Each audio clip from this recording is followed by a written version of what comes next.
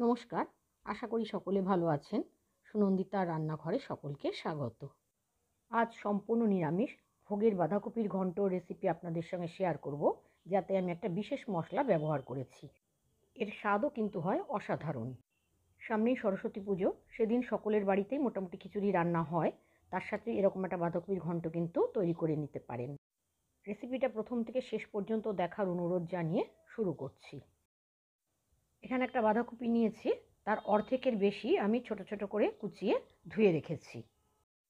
গ্যাসে একটা কড়াই বসিয়ে তাতে 3 টেবিল চামচ সর্ষের তেল নিয়েছি। তেলটা ভালো করে গরম হলে দুটো আলু আমি একটু বড় বড় টুকরো করে কেটে নিয়েছি, সেটা কড়াইতে দিয়ে দিলাম। 1/4 টিস্পুন হলুদ গুঁড়ো আর সামান্য লবণ দিয়ে আলুগুলোকে আমি একটু ভালো করে ভেজে নিয়েছি। আলুগুলো একটু লাল লাল করে ভাজা হলে পরে এগুলোকে আমি কড়াই থেকে তুলে নিয়েছি।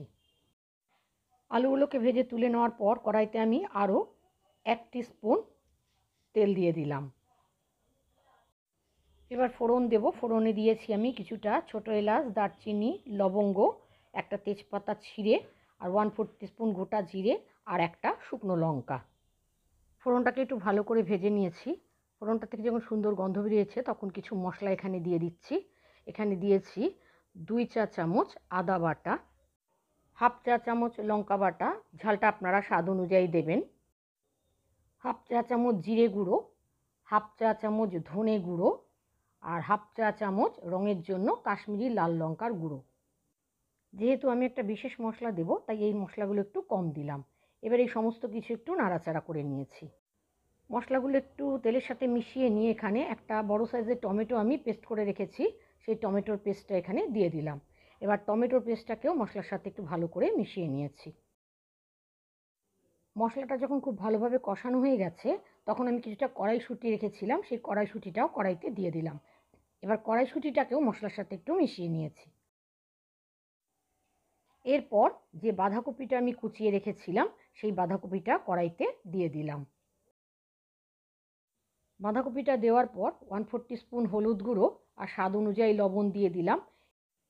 এবার বাঁধাকপির সাথে সমস্ত মশলা, লবণ, হলুদ গুঁড়ো খুব ভালো করে আমি মিশিয়ে নিয়েছি।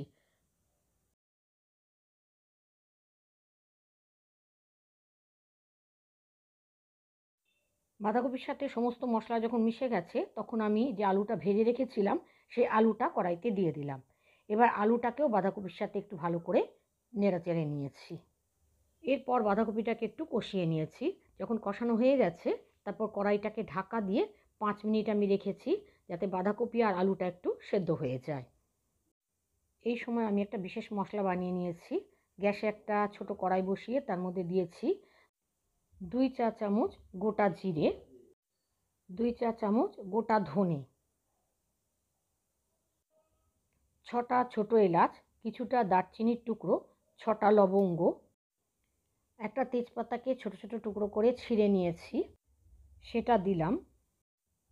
দিয়েছি 3টে শুকনো লঙ্কা। এবার এই মশলাগুলো একটু ভালো করে ভেজে নিয়েছি। খুব বেশি ভাজার দরকার নেই, পুড়ে গেলে কিন্তু তিতো লাগবে। মশলাটা ভাজা হলে পরে এটাকে একটা প্লেটের মধ্যে ঢেলে নিয়ে ঠান্ডা করে নিয়েছি। নিয়ে তারপরে এটা আমি গুঁড়ো করে নেব। আমার কিন্তু এই রান্নায় সম্পূর্ণ মশলাটা লাগবে না, যেটুকু লাগবে আমি নেব, বাকিটা আমি রেখে দেবো পরে অন্য কোনো রান্নার জন্য।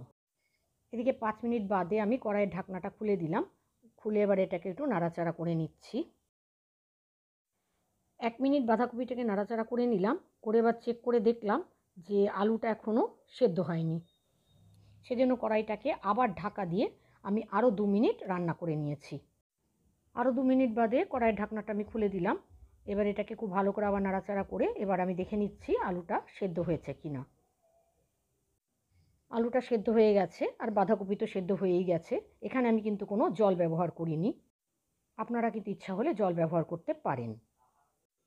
এবারে 1 চা চামচ চিনি আমি দিয়ে দিলাম। চিনিটা অপশনাল, না দিলেও হবে। এবার চিনিটাও খুব ভালো করে বাঁধাকপির সাথে মিশিয়ে নিয়েছি। এটা যেহেতু নিরামিষ রান্না তাই চিনিটা একটু দিলে ভালো হয়। তারপর খানিকটা ঘি দিয়ে দিলাম। আর সব শেষে যে ভাজা মশলাটা করে রেখেছিলাম সেটা 1 চা চামচ আমি দিয়ে দিলাম। যেহেতু এই বিশেষ মশলার মধ্যে গরম মশলা রয়েছে সেই জন্য আমি আর আলাদা করে গরম মশলার গুঁড়ো দিলাম না। তৈরি হয়ে গেল সম্পূর্ণ নিরামিষ একটা বিশেষ মশলায় তৈরি বাঁধাকপির ঘন্ট, যেটা যে কোনো পুজোর ভোগে আপনারা দিতে পারেন। সামনেই সরস্বতী পুজো, সেদিনও কিন্তু এটা রান্না করতে পারেন। রেসিপিটা আপনাদের কেমন লেগেছে জানাবেন। ভালো লাগলে একটা লাইক দেবেন। আর আমার চ্যানেলে যদি নতুন বন্ধু হন তাহলে চ্যানেল সাবস্ক্রাইব করে পাশে থাকা বেল বাটনটা ক্লিক করে দেওয়ার অনুরোধ রইল। যারা ফেসবুক থেকে দেখছেন তাদের আমার চ্যানেল ফলো করার, আর যারা ইউটিউব থেকে দেখছেন তাদের আমার চ্যানেল সাবস্ক্রাইব করে পাশে থাকা বেল বাটনটা ক্লিক করে দেওয়ার অনুরোধ রইল। আজ তাহলে এখানে শেষ করছি, আবার আসবো নতুন কোনো রেসিপি নিয়ে। ততক্ষণের জন্য সকলে ভালো থাকবেন, সুস্থ থাকবেন। ধন্যবাদ।